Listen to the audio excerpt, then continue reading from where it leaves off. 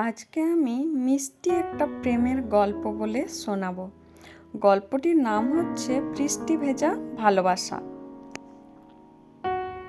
একটি ছোট্ট গ্রামে রিয়া নামে একটি মেয়ে থাকতো। সে খুব শান্ত এবং ভদ্র স্বভাবের। সে খুব বই পড়তে ভালোবাসতো। প্রতিদিন সকালে ব্যাগ নিয়ে স্কুলে যেত। একদিন সকালে হঠাৎ খুব বৃষ্টি শুরু হলো।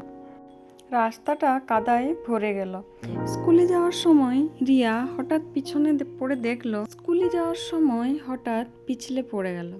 তার বইগুলো কাদায় পড়ে ভিজে গেল। ঠিক তখনই একটি ছেলে ছাতা নিয়ে দৌড়ে এলো। তার নাম অর্জুন। সে রিয়ার বইগুলো তুলে দিল এবং বলল, চিন্তা করো না, বইগুলো শুকিয়ে যাবে। রিয়া হাসলো এবং ধন্যবাদ দিল। সেই দিন তাদের প্রথম দেখা।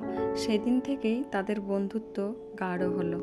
সেই দিন থেকে রিয়া আর অর্জুন প্রায় প্রতিদিন স্কুলে যাওয়ার পথে দেখা করত। তারা গল্প করত, পড়াশোনা নিয়ে নানা কথা বলতো এবং নিজেদের স্বপ্ন পূরণের কথা বলতো। অর্জুন ছবি আঁকতে খুব ভালোবাসে। একদিন সে রিয়াকে গ্রামের সূর্যাস্তের একটি ছবি দেখালো। রিয়া ছবিটি দেখে বলল, তুমি খুব সুন্দর আঁকো। অর্জুন হেসে বলল, আর তুমি খুব সুন্দর গল্প বলো। ধীরে ধীরে তাদের বন্ধুত্ব আরও গভীর হলো। একদিন স্কুলে সাংস্কৃতিক অনুষ্ঠান হলো। রিয়া মঞ্চে গান গাইল। তার গানের কণ্ঠ এত সুন্দর ছিল যে সবাই হাততালি দিল। ভিড়ের মধ্যে দাঁড়িয়ে অর্জুন খুশি হয়ে শুনছিল। অনুষ্ঠান শেষে সে বলল, তোমার গান সত্যিই খুব সুন্দর ছিল। রিয়া একটু লজ্জা পেল। সেই দিন রাতে দুজনেই বুঝতে পারলো যে তাদের মধ্যে বন্ধুত্বের চেয়ে বেশি কিছু আছে।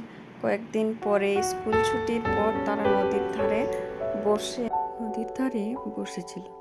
আকাশে সূর্যাস্তের লাল আভা ছড়িয়েছিল। অর্জুন একটু সাহস করে বলল, রিয়া। আকাশে সূর্যাস্তের লাল আভা ছড়িয়েছিল। অর্জুন একটু সাহস করে বলল, রিয়া, তোমার সাথে সময় কাটাতে আমার খুব ভালো লাগে। তুমি আমার জীবনকে সুন্দর করে দাও। রিয়া মৃদু হাসি দিয়ে বলল, আমারও তোমার সাথে থাকতে খুব ভালো লাগে।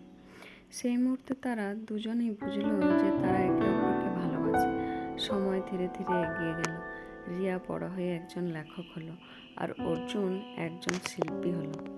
তারা একসাথে অনেক গল্প আর ছবি তৈরি করলো।